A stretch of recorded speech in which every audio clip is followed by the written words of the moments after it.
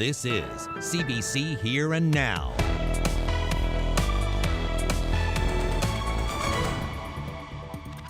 We need to start shifting perspective.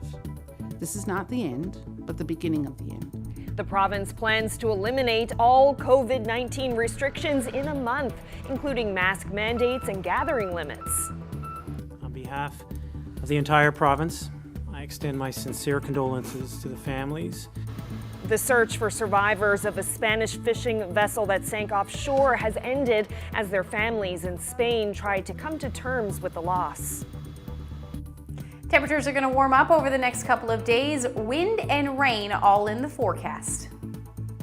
Welcome to Here and Now. I'm Carolyn Stokes. We start tonight with the plan to end pandemic restrictions exactly 2 years after the first case of COVID was detected in Newfoundland and Labrador. Here and Now's Peter Cowan has the latest details from the newsroom, so there's a lot to break down here, Peter. Why is public health making this move? Yeah, Carolyn, they listed out a whole list of reasons why they feel that Newfoundland and Labrador is in a good position, from high vaccination rates to the lower hospitalization numbers.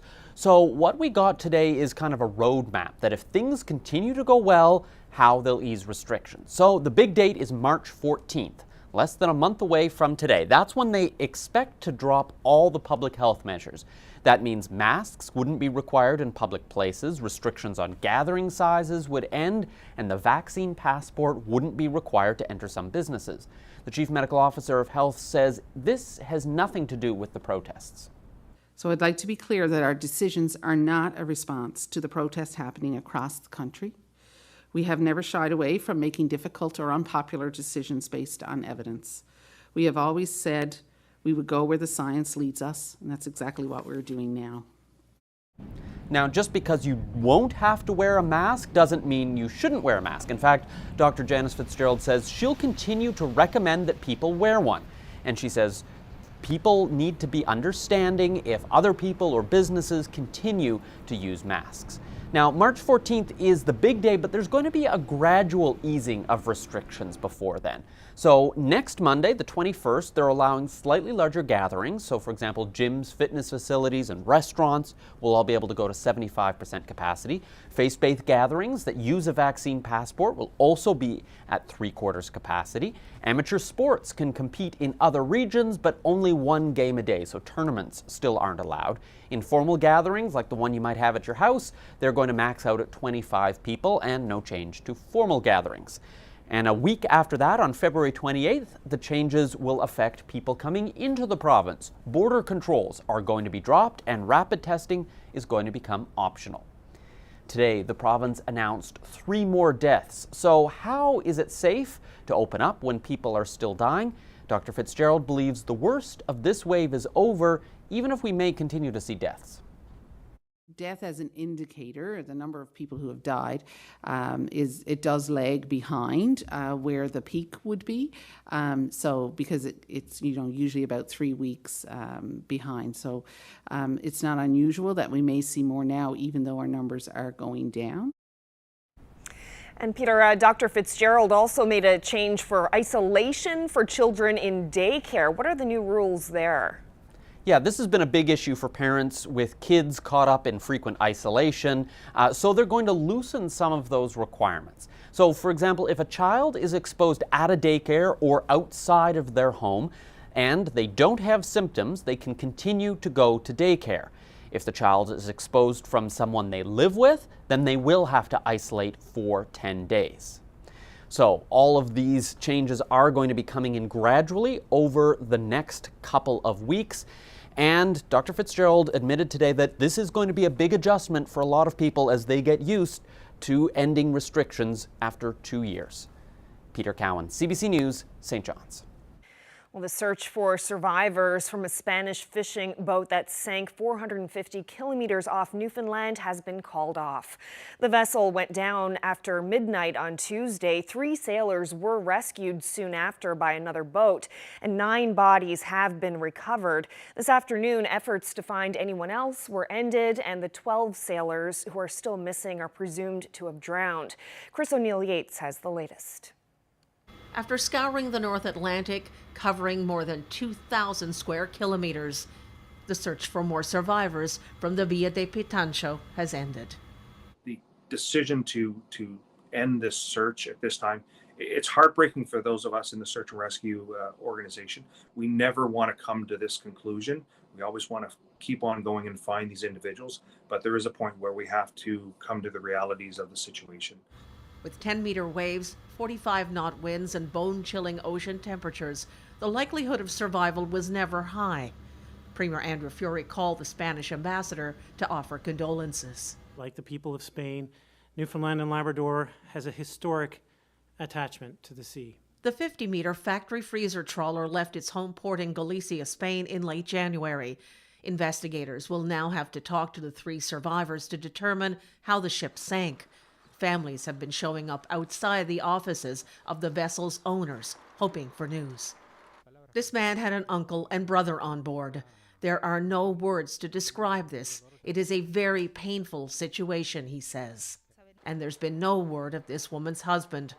No, they haven't found him yet, and for the moment we're waiting to see what happens. Tonight, that wait has ended. Despite fights with ships like this over fish stocks, these were simple men earning a living for their families, says Trevor Taylor, a former fisherman and provincial fisheries minister. You know, Newfoundlanders have long had their beefs with Spaniards, continues to this day. But when something like this happens, you know, we always remember that, well, this is a Spanish tragedy, that it's a Newfoundland story. You know, it's a story of people going to sea. JRCC has confirmed a slight discrepancy in earlier numbers. 9 bodies have been pulled from the water, not 10. 3 men survived and 12 are unaccounted for. At 21 men, this makes it the largest loss of life at sea off Newfoundland in at least 2 decades. Chris O'Neill-Yates, CBC News, St. John's. Well, this province is certainly no stranger to tragedies at sea. Many lives have been lost in the commercial fishery over the years. The Fish Harvesting Safety Association is launching a new program to get personal locator beacons on every vessel. It's a small GPS device that can fit in a person's pocket. This little device is a personal locator beacon. And what this does is immediately you get in trouble, you're basically sending a signal to a satellite by pushing the button, and that is relayed to Coast Guard. So when an incident happens at sea, you immediately can notify Coast Guard that you're in distress. They will take information of your contacts, your close contacts. Immediately upon pushing that button that's relayed by satellite to Coast Guard, they will then try to contact you or your loved one just to ensure that it's not a false alarm. Immediately, then they would, in terms of start a search, they would know the exact location that you are. So immediately they can go to the area of distress and try to and focus on recovering people from an incident. It's, you know, $425 for one of these, and with a partnership with the Safety Association, the Professional Fish Harvester Certification Board, the FRC, and the union, we're basically subsidizing that cost by 60%. They're available and distributed by the Fish Harvesters Resource Center for a cost of $171 plus tax. We're trying to give one on every enterprise, and I think this will be amazing in terms of the advancement of safety and, as I said, bringing loved ones home safely. And for Coast Guard, I mean, you know, if you look at, they have multi-millions of assets, dollars worth of assets to deploy, right? Mm-hmm. When somebody is in distress. But all too often, these assets are deployed in recovering bodies, unfortunately, as opposed to in terms of rescuing people, right? This, as said by somebody from Coast Guard, and the quote was, this will take the search out of the search and rescue.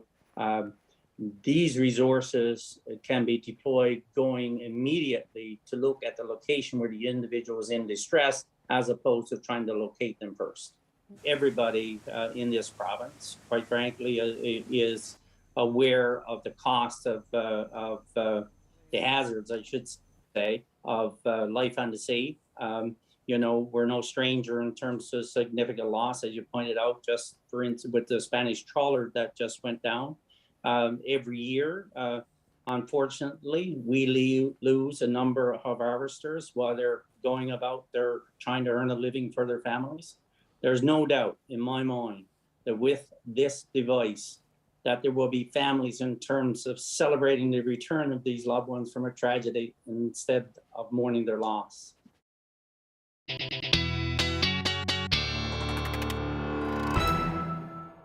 It was certainly a windy day today here in the metro area. Anyway, let's take a look at those numbers across the board. Winds gusting near 80 kilometers per hour in St. John's today, Bonavista at 81. Definitely led to a pretty chilly day. Those wind chill values in the minus 20s for a good chunk of the afternoon, with a high near minus 11 in St. John's. And that's where we're sitting now. And we're going to actually see those temperatures stay steady as we head through the next couple of hours and then warm up as we get into tomorrow morning. The temperatures across the board into the minus teens overnight tonight, minus 16 in Lab City. But like I said, those temperatures are on the rise as we head through tomorrow. Warm day through the afternoon, and then again on Friday, I'll have the full forecast coming up. Thanks, Ashley. Well, violence, abuse, and neglect in this province got some attention today. Government officials and violence prevention organizations met to sign a proclamation that declares February as Violence Prevention Month.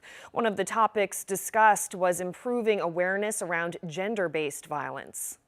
In recent years, we've redirected our focus around gender-based violence to imagine what coordinated, community-based, and even province-wide preventative work can look like. And in doing so, our team has produced the first of its kind online educational tool responding to gender-based violence in Newfoundland and Labrador. Empowering Them is our first free, publicly accessible e-course on gender-based violence. This course was designed for everyone 14 up to learn about signs to recognize and how to enact tangible tools to respond to real-life situations. Well, now to Ottawa. Prime Minister Justin Trudeau and members of his cabinet are defending the use of the Emergencies Act to bring an end to so-called Freedom Convoy protests across the country. They say the protests have gone well beyond anti-COVID mandates, and there are concerns about who is really behind the blockades. We just have to be very clear-eyed about exactly what this group is trying to advance, and more importantly, why they're trying to advance it. Most of the demonstrations have ended across the country, but protesters remain entrenched in Ottawa. The ministers say there are worries about how quickly the protests were set up and how well organized they appeared to be. There's also concerns about where the funding for the protests is coming from. The Emergencies Act will allow law enforcement to track the money and potentially freeze bank accounts. Police will also have the authority to seize and remove vehicles, among other temporary powers. A renowned professor of criminology at Memorial University has passed away. Layton had become one of the world's foremost experts in serial killers. There is a recent psychiatric and psychological concept of the sociopath or the psychopath, the person who feels nothing for other people. And I think that's what I've really been writing these books about, the kinds of social forces and social pressures that create people who are so numbed by their experience that they feel nothing for another human being. Layton had a long teaching career at MUN. He's the author of nearly a dozen books, but it's his 1986 groundbreaking book, Hunting Humans, that landed him international attention as a serial killer expert. That led to him advising the RCMP, the FBI, and Scotland Yard. And commenting for the media, he was born in Saskatchewan, held teaching positions at several universities before settling in Newfoundland. He was 82.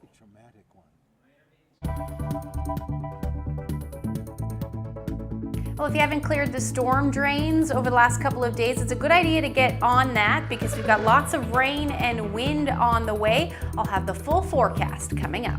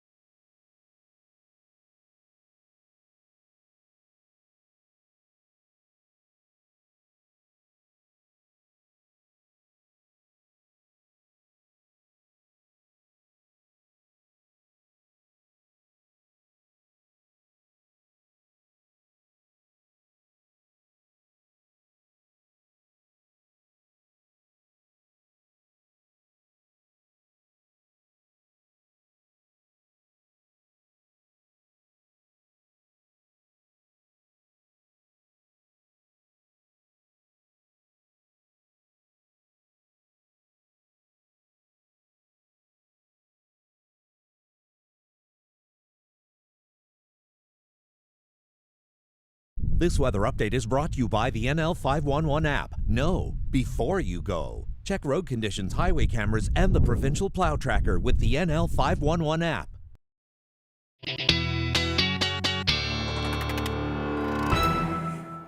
Well, Ashley, what a wild ride this winter has been so far. One day it's mild, the next day it's freezing out. The temperatures are just on this roller coaster.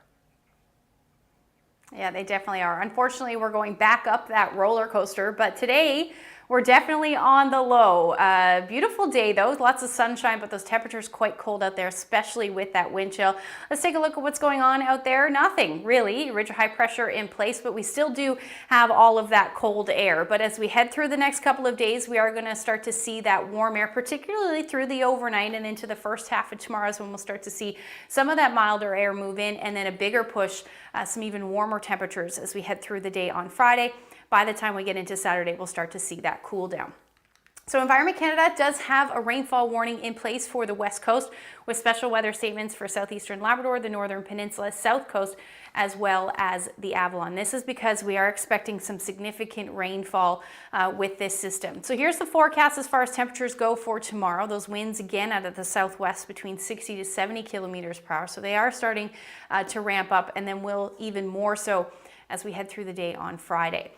Now, as far as what's going to happen, so we'll see that snow tonight, move across, light snow anyway, move across Labrador, make it to the west coast as we head through the overnight tonight, and then eventually through central into the early morning hours.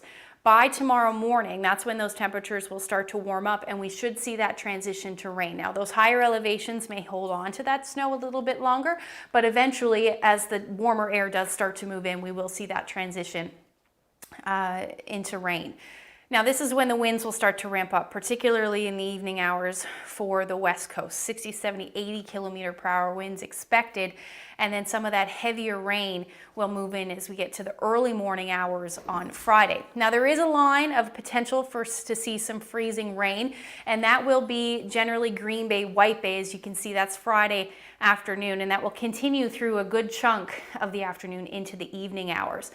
Once we get past that, or rather south of that, it does look like the heavy rain will continue through the afternoon on Friday, and this is when we'll see those strongest gusts. So anywhere from 80 to 100, maybe even 120 kilometers per hour, those winds will be out of the south. Now, Northern Peninsula looks like you're going to stay in the snow portion of this, and that's because your temperatures are going to be into the minus single digits on Friday. Otherwise, well above that, between 7 to 10 degrees. Now, as far as rainfall amounts go, this is why we do have that rainfall warning issued by Environment Canada. Some areas, particularly in the higher elevation, could see 100 plus millimeters of rain. Combine that with those mild temperatures, likely going to see significant snow melt, so even potential to see some flooding. So definitely keep that in mind. And then as far as those snowfall accumulations go, the most look like they'll be in the higher elevations on the Northern Peninsula, but most areas could see between 30 to 50 centimeters of snow by the time that's all said and done on Saturday. Long range forecast looking at that dip back down for the weekend, and then another warm up on Monday. We may see a few showers in the mix, keeping that temperature a bit cooler through central, even more so for western Newfoundland. You're going to be on the cold side of that, so the potential for some flurries. And then for eastern Labrador, sunshine, nice stretch of sunshine as we get into the beginning of next week, with some flurries returning for Lab West. Take a look at this photo, sunset in Kappa Hayden. Keith shared that great shot with us. And if you have any weather photos that you would like to share with us, send them to nlphotos@cbc.ca. Oh, that is a stunning sunset. Thanks so much, Ashley.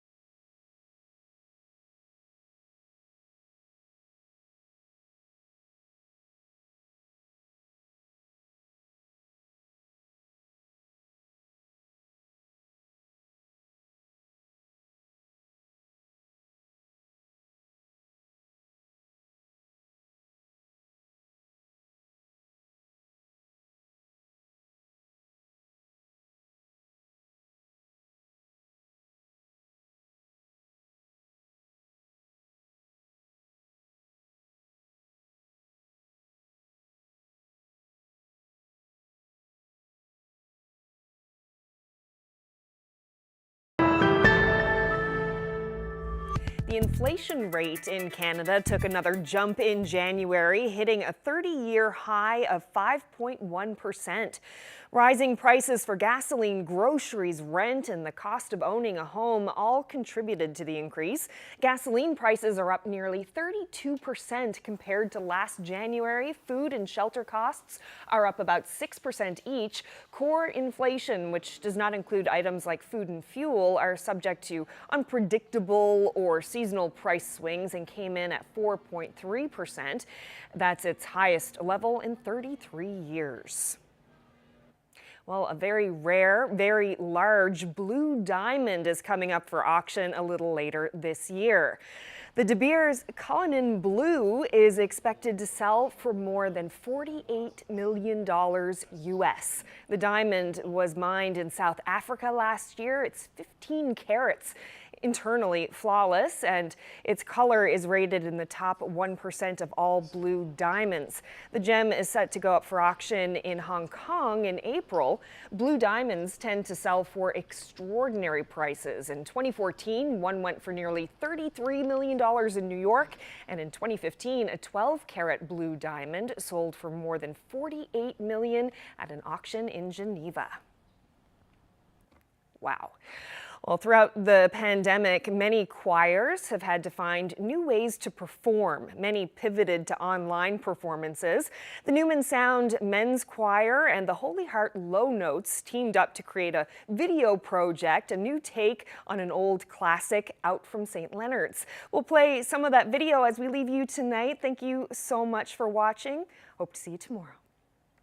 Mid-1960s, the news rang out clear. Pack your bags and your nets, you must get out of here. Take your picks and your shovels, your rakes and your hoes. The government says you must pack up and go. But the music soon spread to the harbors and coves that the young crowd were leaving in boats and in droves. To go to